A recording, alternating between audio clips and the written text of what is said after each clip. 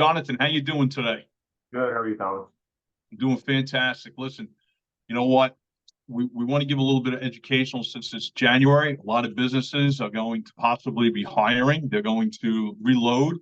Possibly some people that have resigned and you got to replace them.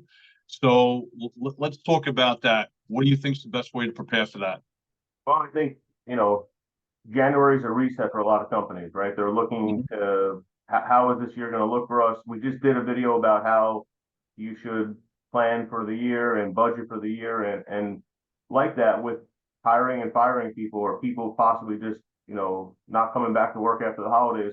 I think you look at your company structure. How did you guys do last year? What did did you need more help in certain, departments? Were certain people not as productive as you thought they were?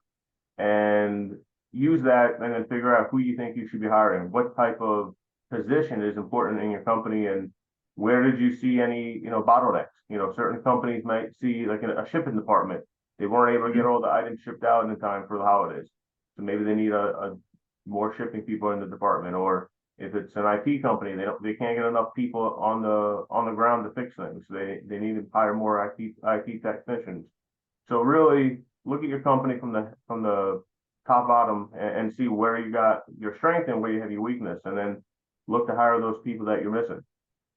Also, I Maybe think it's very, very important, is onboarding your people the right way when you bring them aboard. And you want to make sure, I know a lot of companies, it costs them a lot of money, when you bring somebody on and then they only last less than, 3 months, it's just like you just flush your money down the toilet. So maybe you have to change your process, how you're going to bring somebody aboard.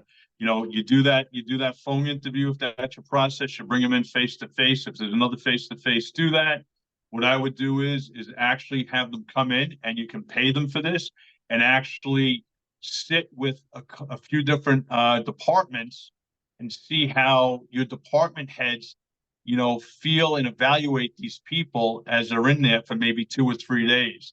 It's definitely worth your while doing that because I've seen so many people just like end up quitting, within that 6 month mark. And it's just like, again, you're flushing your money down the toilet. well, it's a two-way street, right? So you're hiring people. It's a two-way interview, right? That you're seeing if they're going to be good for you, and vice versa. So, uh, that's a great idea. And I think bringing people into the department, having if you have a department manager, having that person have them shadow them so they can see if they believe that they would be a good fit in the company, if they can do what's necessary. They don't need to know everything, right? That's where training comes in place, but they have to have a will to be able to do what they want to and what they need to do. But Mhm. I look at it just from my own company. What did we do? Who did we use in our company? Who did what? How well did they do in that role?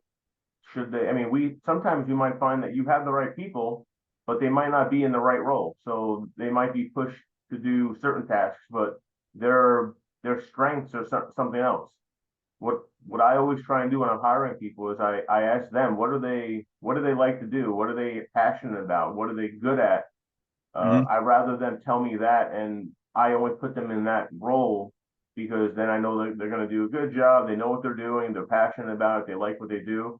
Versus me throwing them into doing 20 different things that they don't really know how to do most of it. So I think I may be getting a good hire, but they're probably not going to be happy. They're not going to do a good job, and they may be out the door before I know it. Mhm.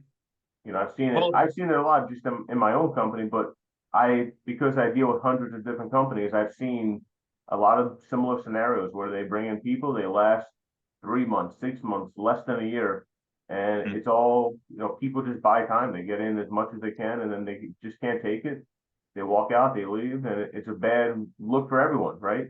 And it's never good for a company to have their employees see disgruntled employees constantly leaving. you know what?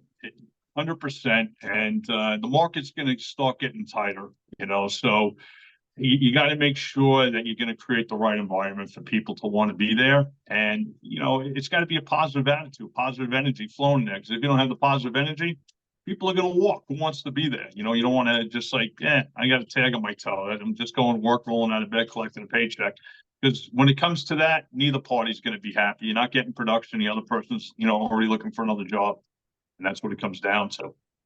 Yeah, I mean that's it's bad. Like I said before, it's bad for everyone. Once they leave, then guess what?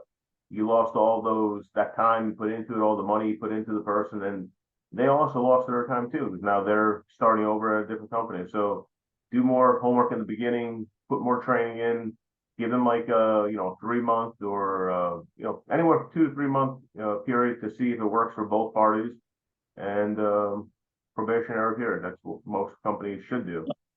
Well, most of them do have that in place. It depends the size of your business, but listen, I think the people who are the business owners and department heads have to be a lot more on top of their game and smarter with their hiring and not just filling seats. And that's what it comes down to. Listen, please hit the subscribe button if you haven't, and definitely hit that thumbs up and the like. We appreciate it. You guys have a great day out there in Creative Knowledge for you. Take care. Take care, everyone.